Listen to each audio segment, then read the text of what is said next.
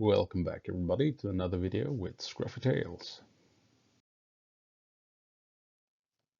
And today we're gonna take a closer look at the Ukrainian successes down around Kherson by taking the Antonov bridge crossing the Dniepr River.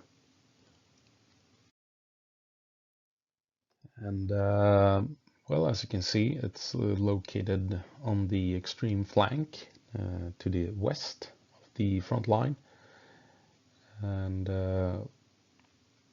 it was the region that was flooded when the dam broke, or if it broke, or if it was destroyed. But now it seems that the water levels have lowered enough for Ukraine to actually make a push across the river. Now, I believe that Russia purposefully destroyed the dam in order to prevent what we're seeing now, a Ukrainian push across the river to secure this western flank so they could move troops to the center to defend, well, up here, basically in this area.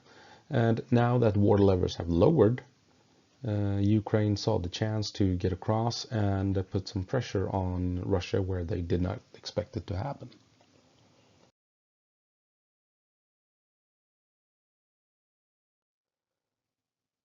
So this is the area. Up here we have the bridge and the bridgehead that Ukraine has secured. And as you can see, it's a small island with a river cordoning it off. And down here is the access point that Russia has to counterattack the Ukrainians. And as you can see, if Ukraine gains control of this island, they gain control of a vital bridge, a vital stretch of road, and they have a good beachhead to push on further into Russian-controlled territory.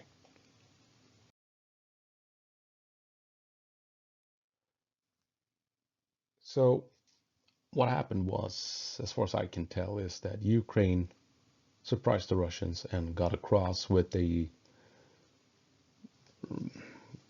50-man strong unit of elite soldiers, and they started raiding Russian positions, and they set up shop right beneath the bridge on the south end of the river, and they were successful. Russia tried to fight them off with artillery.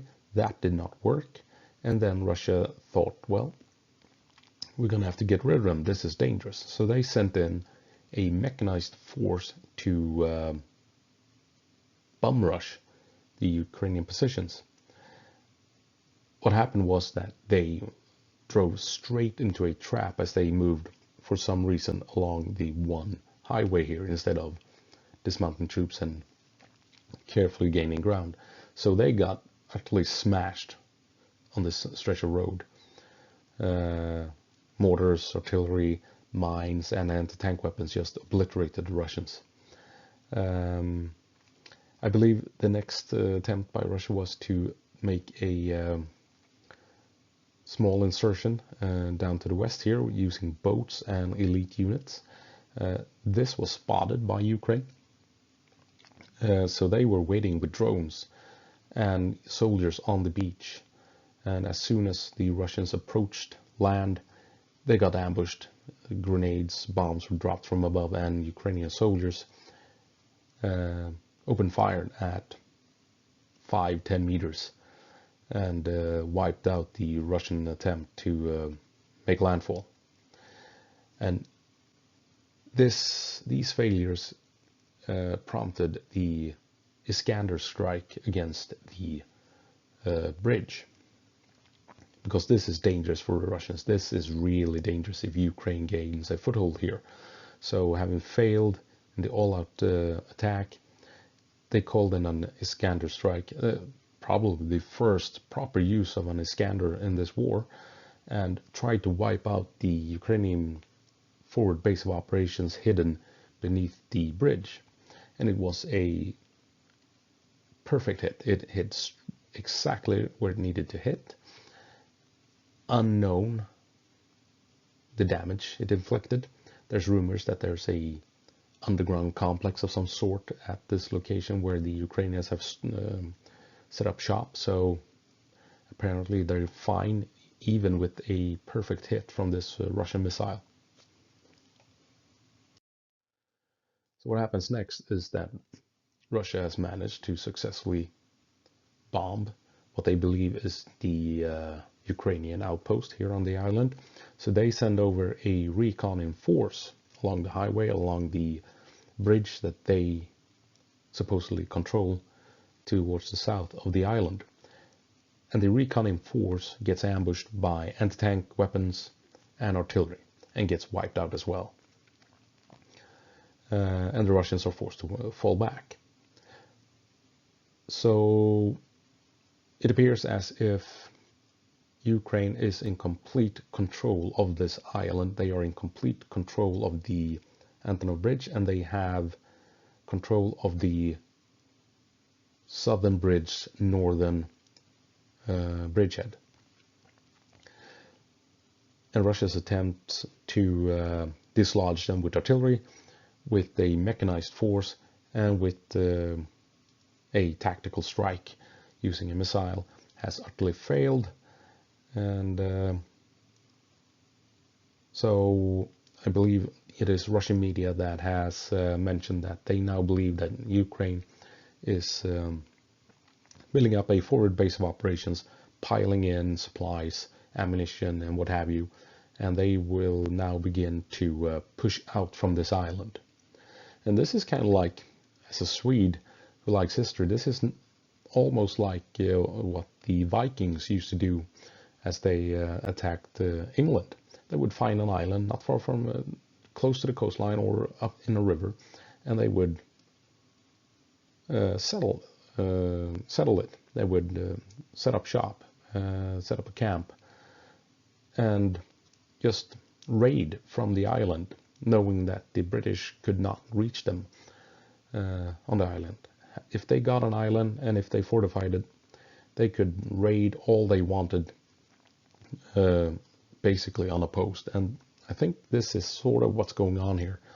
Ukraine has taken control of this island, and now they will begin to make pushes out from it, see what where Russia is the strongest, where they're the weakest, inflict damage, send in special forces, link up with partisan activities and so on.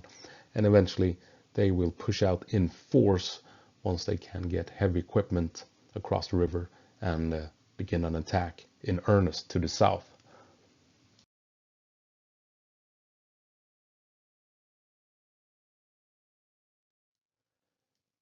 And like I've pointed out in previous videos, this is a big deal that Ukraine has established a foothold on the southern end of the river in the Kherson region, because it allows them potentially in the long run to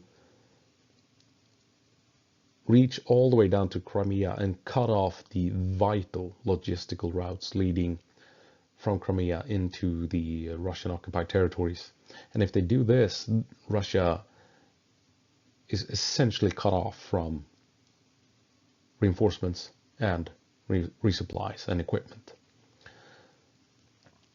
So Russia has only one option. They have to respond in force to prevent this from happening. So this means that it's a bit interesting, because this could very well just be a distraction, a diversion. They know, Ukraine knows Russia will respond in full force to secure Crimea. So they don't even have to send over tanks, basically, because they know Russia will just storm in to prevent a Ukrainian breakthrough here. Or it could be that Ukraine is actually going all in and intends to threaten Crimea and cut off these vital logistical routes for Russia. We'll see what happens. But whatever the case, if it is a diversion or if it is an attempt to create a Western front, Russia will respond the same, full force. They cannot allow Ukraine to push out from this island, because if Ukraine does that, then Russia is in trouble and potentially have already lost the war. So yeah, the troops south of the river, for the Ukrainian troops, they're in for one hell of a fight, because Russia's coming. Believe me, Russia is coming.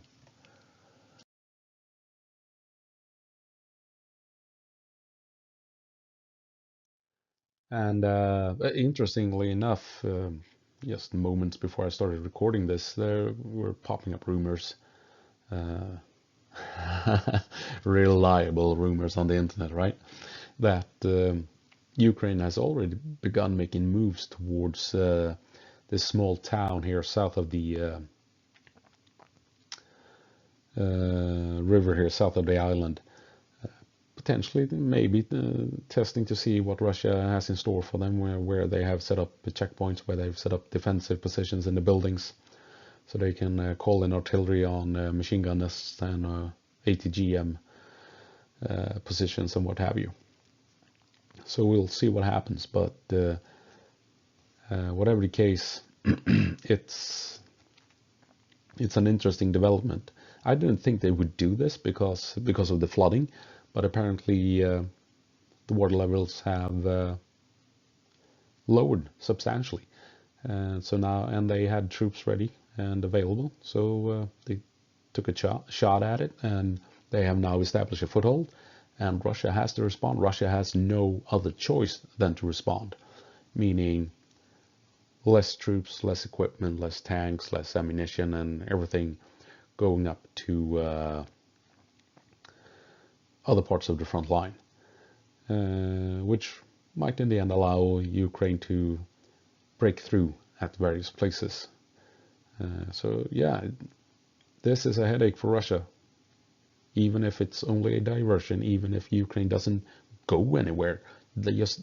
All they need to do is hold this island, and Russia will have to allocate massive amount of resources to make sure Ukraine doesn't leave the island.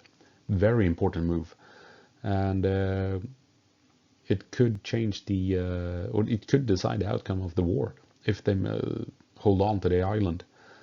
So we'll see what happens. And that's all I have for you tonight.